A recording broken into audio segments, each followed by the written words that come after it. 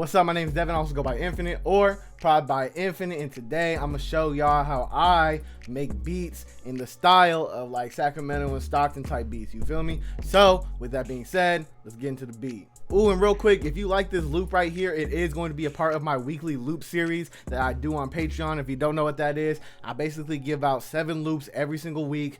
With the MIDI, the stems, everything, the whole shebang bang. I also give out my YouTube videos early, and what else do I be doing?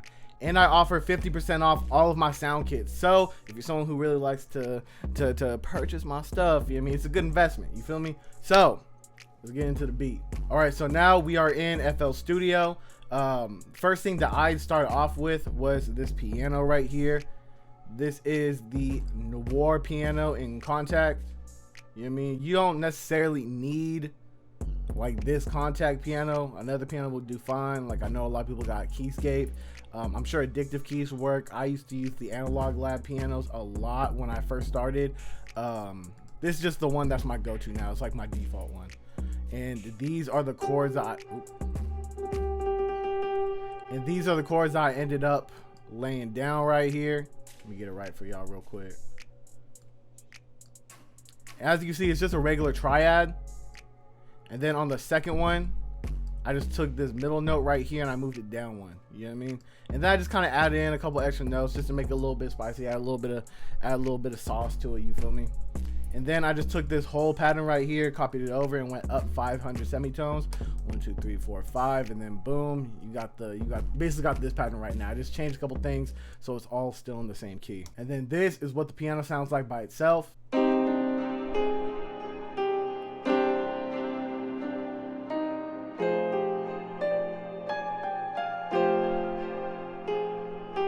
And then here are the effects I have on the piano. First is just the EQ, getting rid of a lot of the low end because you know we gotta save room for the bass. Ducked out a little bit of the high end because I turned it up with Sound Godizer, and when you turn things up with Sound Godizer, it turns up the high end too. And I felt like the high end boost was just a little bit too much, so that's why I did the little EQ cut right there. Shout out to the birds. And then I got this reverb right here. I've been using this decay knob a lot. Shout out Max Shooter, bruh. He fired with the tutorials. I got that from him. Super massive. This one right here is just like a regular delay. And then I jacked up the low cut right here because I didn't want the more bass notes to have delay and get muddy and stuff like that. So I jacked up that low cut just so only the high end is affected by. And then I got this delay right here. This one was more just for like an effect. It kind of gave the piano like a pad underneath it almost. I'll play without this delay right here so y'all can see like the difference of like what it really did to the piano. So this is it without it. And then this is the piano with the delay on it.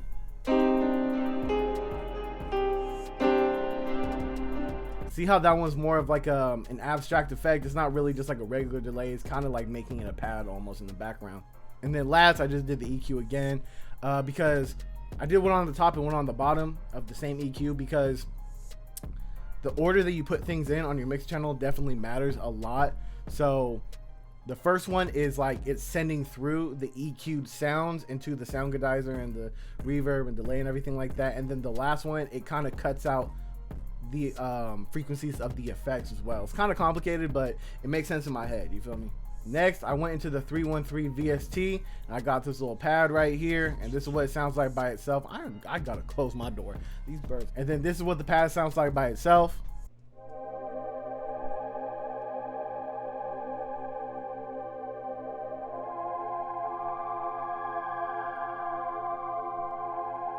Super fire pad. I don't think I put any effects on it. Yeah, I just ducked it down with EQ. Then next I went into arcade and I got into the Solemn Winds bank, and I got the little flute thing and everything like that. With a lot of these like Sacramento and Stockton type beats, it's really good to use like a lot of ethnic sounds. They rock with that stuff heavy, bro. Like really dark ethnic stuff, like they rock with it heavy. So this is what the flute sounds like by itself.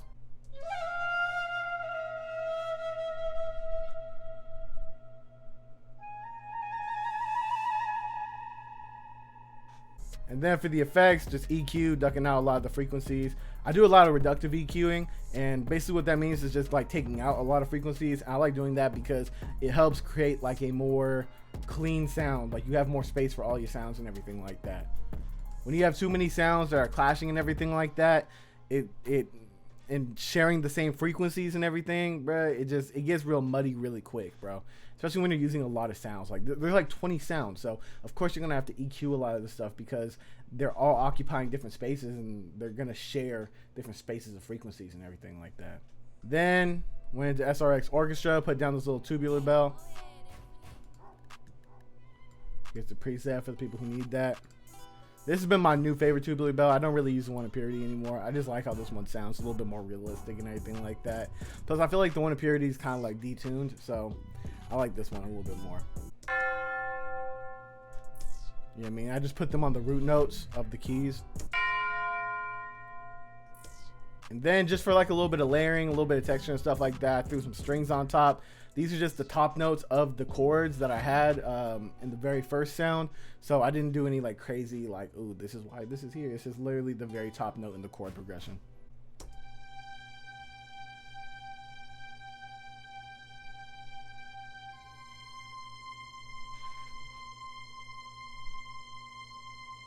And that one is in Triton. It's called Analog Strings 1 and 2.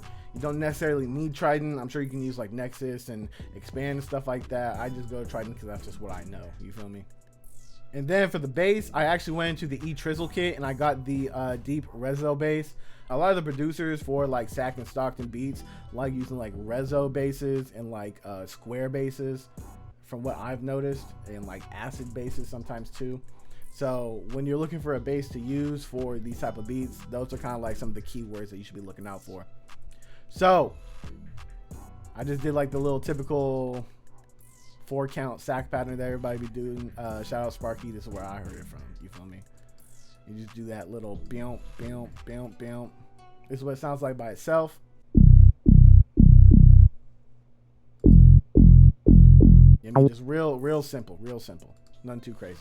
And then the last piece for the melody was this little coda and expand. So basically the way that you be doing these rolls is that you'll go onto the magnet right here, you go to 1/3 beat, and then you just kind of like space it out, just simple like that. Oh wow, that totally messed up.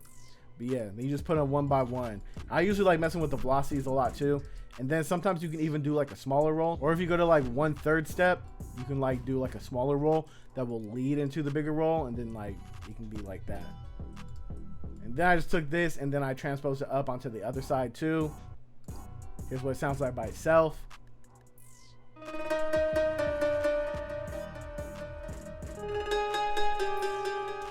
I mean, that's just the coda with just a bunch of reverb and delay on it. Nothing too crazy. Now, let's move on to the part that everybody wants to know about, the drums. You feel me? So, with these drums right here, I will say it's not like exactly what they be doing. This is just what I would do if I were trying to make a beat in this style. You feel me? So this isn't like cookie cutter, copycat drums. It's just like my drums within that style. You feel me? If you listen to any type of like sack beats or anything like that, you know that this pattern right here is so prominent, bro. It's just the, you feel me?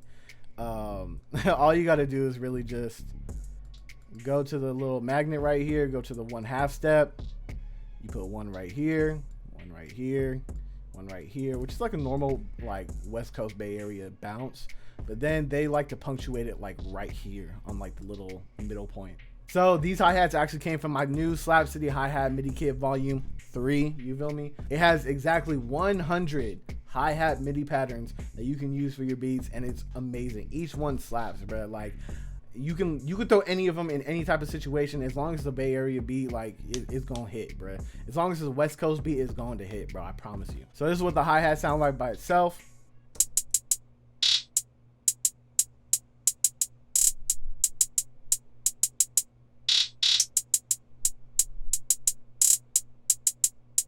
You mean cool, bouncy, not doing too much. That's really my style. I don't like going like super crazy with the hi-hats and everything like that. I feel like it gets real busy real quick, and then you kind of like don't leave room for the artist. So I like making sure that like they're not going too crazy. And then we're gonna showcase a couple other sounds here too.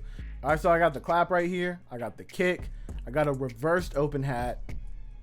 I got a little stomp right here and like a little gunshot like sound effect. This gunshot sound effect is mostly used in like drill beats, but I felt like it fit the vibe of the beat, so I kept it in here. And then this is what they sound like all by themselves.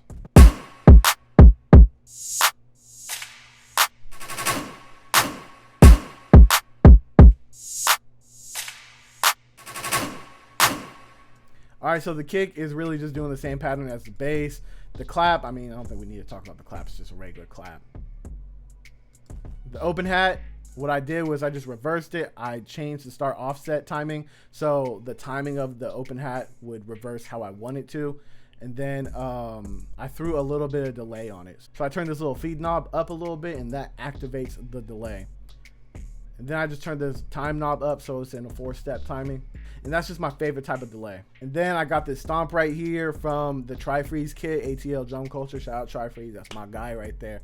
And I did something a little bit different that I don't see a lot of people do when it comes to the stomps. That's just personally, I could be wrong, obviously, but I do like a little stomp roll sometimes. You know what I mean? I've been doing it for a minute. So what I do is I'll just go into like the little 1/2 step.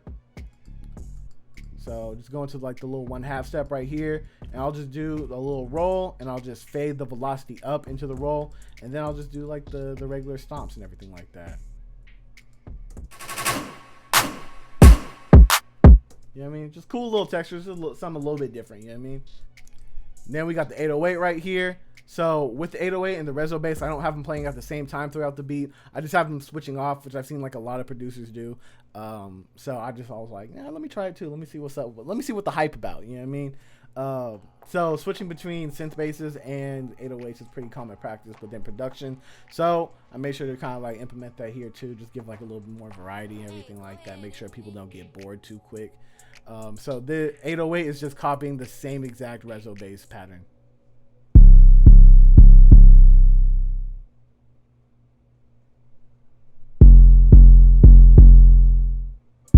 And I already know y'all finna ask, so this 808 right here is in the Exclusive Drums Volume 2 kit. All I did to this was just turn up the out knob. It hits really, really hard, so I actually had to turn it down just so it wasn't clipping too much in the mix, which could be a good thing depending on the style of beats that you're trying to do and what type of sound you're trying to do and capture. But for me, I like having my 808s hit kind of clean, maybe a little bit of clipping and everything like that, but nothing like too crazy. Then I got these lasers right here. If you know like sag beats and everything like that, lasers are super prominent. They're almost overplayed. I've heard a lot of sag producers say that like they're kind of getting tired of the lasers and everything like that. So I know a lot of them are kind of retiring it or trying to do other different sounds to replace them. But I mean, I was just making the beat real quick, and I felt like I wanted to put it in there, and I put it in there. You feel me? So it's the lasers.